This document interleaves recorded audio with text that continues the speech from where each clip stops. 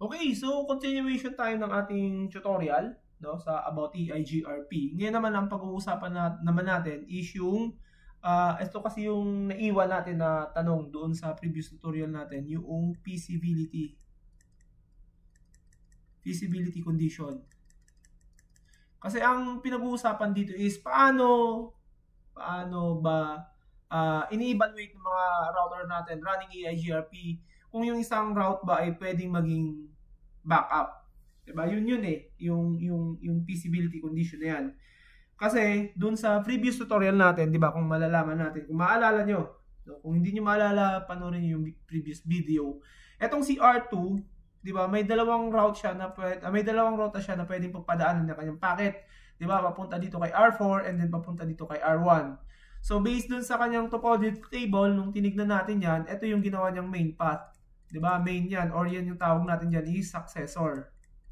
Sana naiintindihan niyo yan, successor. And then, ito naman, yung kanyang backup, ang tawag naman natin dyan is feasible successor. Diba? Ngayon ang tanong, paano nangyari yun? Paano niya sinabi na itong part na to papunta kay R4, yung kanyang successor or main path, and then yung itong part na to ni R papunta kay R1, gagawin kong feasible successor or yung backup path, no, yung backup na pagpapadalahan ko ng packet just in case kung halimbawa itong may magka-problema dito sa link na to. Okay, so yan ay may kinalaman doon sa feasibility condition ni EIGRP. At yung role, no, yung rules ng para maging feasible successor ka, so FS, hindi ang financial statement ha, para maging feasible successor ka, ang sabi doon, dapat daw yung advertised distance mo kailangan mas mababa doon sa feasible distance ng successor. No? Ulitin ko, yung advertised distance must be less than the feasible distance of the successor. Okay, so himayin natin yung statement na yan. So, puntahan natin si R2. Diba? Si R2 ang may ano yan, burahin ko na. So, si R2, himayin natin yung data ni R2, yung information about dun sa topology table. Show IP, EIGRP, topology. So mag-focus na lang tayo dun sa 10.10.4 networks. Ito yan eh. Diba? Yung 10.10.4 networks. So sabi dito, meron ngang route si R2 papunta sa 10.10.4. Ang feasible distance daw ito. So yung feasible distance na yan, pwede na natin siyang ilagay dito. Diba? As informations. No, so feasible distance is 2174976. Yan yung feasible distance o yung kabuuang distance to reach 10.10.10.4 sa perspective ni R2. Ngayon, ano naman yung advertised distance? Of course, pag titignan nyo dito sa bandang baba, kung titignan nyo dito sa bandang baba, diba ito yung backup niya. Okay? So, nag-compute din si R2. Actually, yung kanyang feasible distance to reach that, pagpapadaanin niya kay R1, ito yan. Pero itong advertised distance na to, yan ay nanggaling kay R1. Yung numero na yan, nanggaling yan kay R1. So, to verify kung tama yung sabi ko na itong, isulat ko na lang ha, etong advertised distance na yan na 2169856 galing yan kay R1. So clear ko lang, puntahan natin si R1, enable show IP EIGRP topology 10.10.4. ito yun, no? 2169856 2169856. Diba? Yan yung binabato niya kay R2 about sa 10.10.10.4. Okay. So ngayon si R2 nang ma-receive niyon, nag-evaluate siya. Itong route na ba to, no, I mean itong path na ba to, papunta mula sa akin papunta dito kay R1, no, para makarating ako dito is a valid candidate para maging feasible successor ko or backup routes. So, tumingin siya doon sa formula. No? Sa formula. Sabi, para maging feasible successor ka, dapat kailangan yung advertised distance mo mas bilis lang doon sa feasible distance ng isang successor. So, pag tinignan mo, yung 296,856, mababa ba yan sa 2174976? Mababa ba yan? Pag tinignan mo yan, oo, tama, mababa. So, ang sagot dyan ay true. Kapag kaya ay totoo, so ibig sabihin, pumasa ito, yung route papunta kay R1 na maging feasible successor. So, ganun tumingin, no? Ganun tumingin yung mga router natin. At huwag kayong malilito ulitin ko huwag kayong malilito doon sa mga terminology na yung feasible distance and advertised distance. Kasi yung mga yan, nagkakaroon ng interchange nung value based dun sa perspective ng mga routers na tumitingin, no? Si R1 I'm sorry. Si R1 ang feasible distance niya para ma-reach yan is 2, eto, di ba? Si R1 is 216,856 para marating niya yung 10.10.10.4. Diba?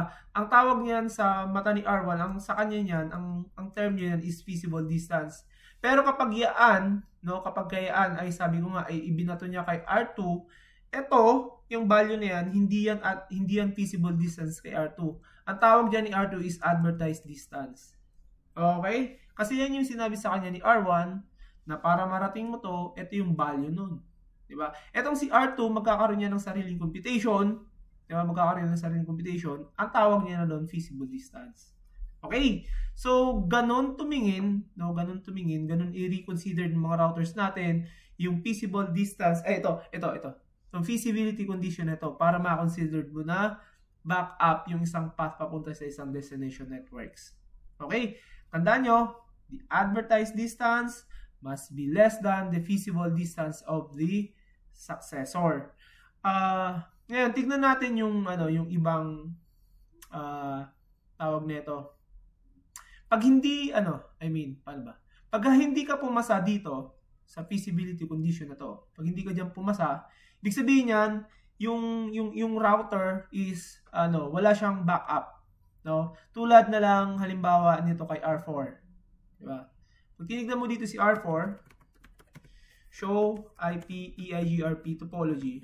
So, pag tinignan mo si R4, halimbawa sabihin natin kay R4, papunta dito sa network na to, 10.10.10.0, no? Kung titignan natin yung topology, dalawa yung pwede niyang pagdaanan, ito tsaka ito, di ba? Pero pag tinignan natin, saan ba yan? 10.10.10.0. O ito, 10.10.10.0. Tignan nyo, wala siyang backup routes, no? Wala siyang backup routes kasi ang nakalagay lang dito, one successor, ang feasible distance daw to reach yung 10.10.10.0 is ito, 21514.560 via fast Ethernet 00, no? Ito yung next up IP. So, ibig sabihin dito niya pinapadaan, ito yung main niya. Kaya lang, wala siyang backup routes. Bakit kaya wala siyang backup? Bakit kaya hindi niya ito kinonsider dito papunta kay R4? Bakit kaya hindi niya kinonsider yun? Tignan natin kung ano yung ibinabato ni R4 sa kanya. Diba? Tingnan natin kung ano yung binabato ni R4 sa kanya. Kung bakit hindi niya kinukonsidered as backup path ito by hindi ko ni-consider ni R4 yung, ulitin ko. Ito kasi si R4. Hindi ko ni-consider ni R4 yung route na papadaanin niya kay R3, no? Ang pinapadaan niya kay R2, yung main Dito niya pinapadaan yung para makarating siya dito. Ito, hindi niya kinukonsider dyan kasi wala sa kanyang EIGRP topology table. Ngayon, ang tanong kasi, bakit? Malamang hindi siya pumasa doon sa feasibility condition. Yan, para malaman natin ano ba yung advertised distance papunta dito sa network na to kung ang titignan natin sa perspective ni R3. Diba? So, burayin natin yan para masabi natin na, hindi nga siya pumasa doon sa feasibility condition. So, burayin natin, punta tayo kay R3. So, So, R3, exit. So, show IP EIGRP topology. So, show IP EIGRP topology, si R3, nagbibigay siya ng advertised distance. Nagbibigay siya ng advertised distance towards the network 10.10. Nasaan yan? Ito yun, di ba? 10.10. O, ito. 10.10.3. So, sabi ni R3, meron akong main path papunta sa 10.10.0 via pass Ethernet 0.0. Ito yung next up IP. So, saan yung papunta? 10.10.10. So, dito yun. No, ito yung 10.10.10, pass Ethernet 0.0. So, papunta kay R4 yung daan. Papunta kay R4. Ang binibigay niya na advertised distance, at yung kanyang feasible distance, ito yon 20.51720. Diba? Pero meron siyang backup routes, 'di ba? Sabi niya may backup routes din ako. Pwedeng padaanin natin dito sa 10.10.5, no? Sa serial 0/3/0, pero ito naman yung feasible distance doon. 'Di ba? Yan naman yung feasible distance doon. Ngayon, yung feasible distance na yan na 2.1.2.10.2.4.0.0, no? Yan yung feasible distance kapag dito niya padadaanin, yan yung ibibigay niya kay R4. No, ibibigay niya yan kay R4, yung 2.1.0.2.4.0.0. No, di ba? Ngayon ang tanong, pagdating kay R4, tignan natin yung comparison. So, punta tayo, balik tayo dito kay R4. Yan. Oops. Yan. Tignan natin si R4. Ito yung kanyang ito yung kanyang pinili. Ang pinili niya papunta dito, di ba? Bakit? Kasi kung titignan mo yung feasible distance kapag dito dadaan, no? Kapag diyan dadaan, di ba? Pagka dito kay R2 dadaan, di ba? Ang feasible distance lang is 2.051.4.5.6.0. Di ba? Si R4 yan si R4. Yan ay via R2. Diba?